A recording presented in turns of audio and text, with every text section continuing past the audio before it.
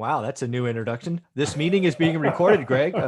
Looks like Zoom has added an audio feature that tells us it's being recorded. So no more surprises. This is being Yeah, recorded, Greg. they're putting us on notice. That's right. Exactly. Exactly.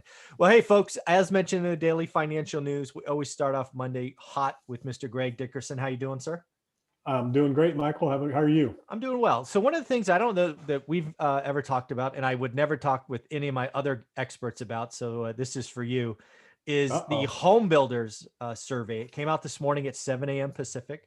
And basically why I wanted to talk about this with you is, you have done ground up development. You have built, you have walked on empty land and built homes. Ground up development's kind of your thing.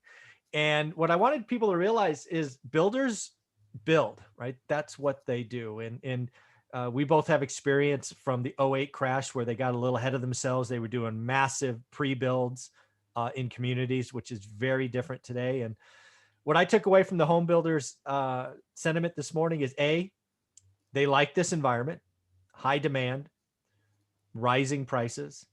They're a little flustered with rising commodity, and labor is a problem. So when I put all of that together, all I see is less supply and higher prices, but you're the builder. I thought I'd ask you what's going on. Yeah, man. So I would call it cautious optimism. So, they're selling houses as fast as they can get them built. But with the way prices are rising, with inflation on the rise affecting the overall economy, and mortgage rates kind of up and down week to week, and no certainty there on where they're going to be and whether they're going to rise or stay the same. They can't really go much lower. Banks have to make, investors have to make some sort of spread, or there won't be any mortgages to be had. True. So they can only go so low for the appetite for lending to remain before it becomes, a government lending program, because nobody else is going to buy those mortgages. Mm-hmm. So when you look at that as a builder, as a developer, you're building to sell. Okay. Yeah. So you gotta be confident you're going to be able to sell the inventory that you're building with prices rising like they are. You never know if, every builder now has built in their contract an escalation clause. So if costs go up during the construction process, that gets passed to the buyer at the back end. So you don't want to get caught where your costs have gone up. You're trying to pass that along. Your buyer backs out. Nobody else will step in at that price. Right. So if all of a sudden you're priced out of the market, we haven't seen that to a big degree yet, but there is pushback. Prices are only going so high to where people, and even people making multiple offers, they're capping their offers. So they're not going exponentially to whatever. There's a cap that the bidders are putting on these houses. So that's one thing that builders are thinking about. Look, we don't want to get caught short. The market shifts. We've got all this money in these houses. We can't sell them. They can rent them, and all that, but they're going to get stuck. And most of these guys have all been through it before in 2008 and 9, when the rug was pulled out from underneath of them. Back then, builders were buying land, buying lots, taking them down, because developers were saying, look, if you want to be in this community, you need to take down 20 or 30 of these lots. Then you need to have a contract to take down 20 or 30 more when you sell those. Right. After 2008 and 9, it flipped. Developers couldn't give land away. We couldn't give the lots away to builders. So what the builders were saying, and they held all the cards from 2008 and 9 forward, is they said, look, here's what we'll do. We'll commit to buying 10 lots as long as we can sell those 10 lots. And we're not taking down any lots until we close. So you got to give me some lots to build a model on and to build my first couple of first sale product. And once those sell, we'll pay you out. And then we'll get a takedown schedule going. So that's kind of how they work now. Most builders are not buying land in advance. It's changed a little bit to where, you got to take down the lot when you go to build now in most communities, because they're selling so hot. Developers are getting a little bit more of an upper hand.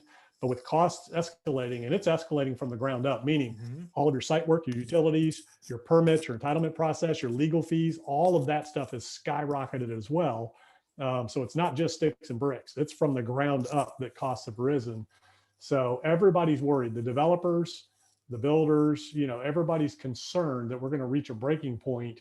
And, if interest rates do rise, it's just that train's going to come to a halt and values are going to fall. So that's why builders are like, hey, it's great. We're selling everything we can build. But at the same time, we got to be careful. We got to watch the market. We got to make sure that we can finish these things, get them sold, and stay ahead of any kind of a downturn in the market, and then just pull the plug at any minute.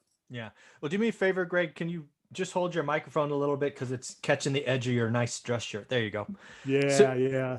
Yeah, that's all right. So a couple of quick questions on that. Again, I'm not the builder, you are. But what I remember from the last crisis versus this one, um, when I would drive around Fresno, which again is my market in 2005 and six, there were open house communities, or new home developments everywhere, right? There were the big flags, and there were seemingly hundreds of available. Now, when I drive around, a lot less, and really, there's not a lot of inventory, right? Yeah. Ready-made inventory, right? So, am I right in assuming there's actually less builders today? Because that was something I seem to recall. Is there seemed to be a lot of other builders last time, and I'm guessing a lot of them got washed out in the crisis. Mhm. Um, is it fair to say there are less builders now than last crisis? Yeah. Or Oh, yeah. There's less everything. There's less, people in the trades. There's less builders out Mhm. there. Some builders have entered the market, some have exited. So, I don't know what those exact numbers are, but definitely in the trades. That's where the biggest pressure is. Yeah, And a lot of the tradesmen out there that are about to retire or exit the business, they have nobody coming up behind them because nobody wants to go work in the trades anymore, really. So Mhm. that's a big problem that we'll see how it shakes out. Construction is cyclical, up and down. We're gonna reach a point of saturation, oversupply. Things will shift and it'll come back down again, and then everybody will be looking for work just like they were before this boom started. So, it's interesting times, and it's feast or famine in construction. It always has been. yeah. Builders build, right? That's Mhm. just what they do. They don't sit idle very well, but they're definitely controlling risks in a different way. Again, last time it was kind of like they were going for what I'll call economies of scale. Oh, if we build Mhm. 100 at a time, it'll be that much cheaper. But then they got Oh, it caught was with more than that, man. It's large subdivisions. The builders were setting up manufacturing plants in the middle of subdivisions. So you yeah. probably saw it, especially out west in California. I Oh mean, where yeah. you had 10,000 homes in a subdivision, and they would set up literally a manufacturing plant to build trusses, floor joists, walls. Yep. They would build them right there in the center, and they would ship them out. So you had a concrete crews out there just slab, slab, slab, slab, slab, and then right behind them, obviously you had your trades roughing the groundworks. Right behind them were the framing crews. They weren't framing, they were just standing up walls, nailing them together. Behind that, you had people doing nothing but putting floor joists in. Behind that, you Yeah. had people doing nothing but setting trusses and sheathing the roofs. So I mean, it was just a machine all the way through these communities. And yeah, you don't see that anymore. Yeah, it definitely I mean, before again, right, novice, it felt like hundreds were going up. Now it's a dozen or less. It's just, Yeah, and yeah. Well, it's there's some big communities. There's some big stuff out there, but yeah. yeah, it's in general, builders are taking much less risk than they were before overall. And again, there's demand out Oh there, yeah. but there's only so much demand. So, if the supply chains were opened up and the builders could produce at normal capacity, there wouldn't be any demand. We Mm. would easily be able to reach that threshold. Yeah, to me, it feels like there's a lot of cash management going on at the builders because the people at the top were kind of middle management in the last crisis, so they remember it well. Also, there's a lot of talk about kind of material, but I think the Mhm. one kind of thing hanging out there you hit as well is labor. Yeah, A lot of them are talking about labor and rising labor costs, and frankly, the supply constraint, right? Because the trades, as you call it, yeah. it's not as plentiful as it was last time. No, no. And a lot of the big builders, they don't really make their money on building. That's just rolling inventory, keeping people busy, keeping people employed, especially at the larger public companies. Where they really make their money is on the ancillary services that they offer, mortgages, insurance, title companies, things like Mm. that. They're basically finance companies. You talk to the large national home builders, they're just large finance companies. Kind of like car manufacturers, right? They make their Right. money on the Yeah. loans. Yeah. All Yep. right. Yeah. So again, if you were to look out at a crystal ball, I think builders kind of have a good rest of the year, right? They have pricing power today because there's limited Yeah. supply. But you're right. I think there's a breaking point, maybe next year, maybe the year after, where prices and interest rate rising create pushback, as you call it, right? They become what I call unaffordable. And they're Mhm. probably looking at that going, they don't know where it's at, but there's some number where it's just unaffordable to build, I would guess. Yeah, people are buying payments just like they do when they buy a car. It's all about low interest rates. Mm. So people who are buying a $500,000 house now at 3%, two and three quarter percent interest, that was a $350,000 house 5 years ago at 5% interest. Yeah. So it's all relative, and that's kind of what happens.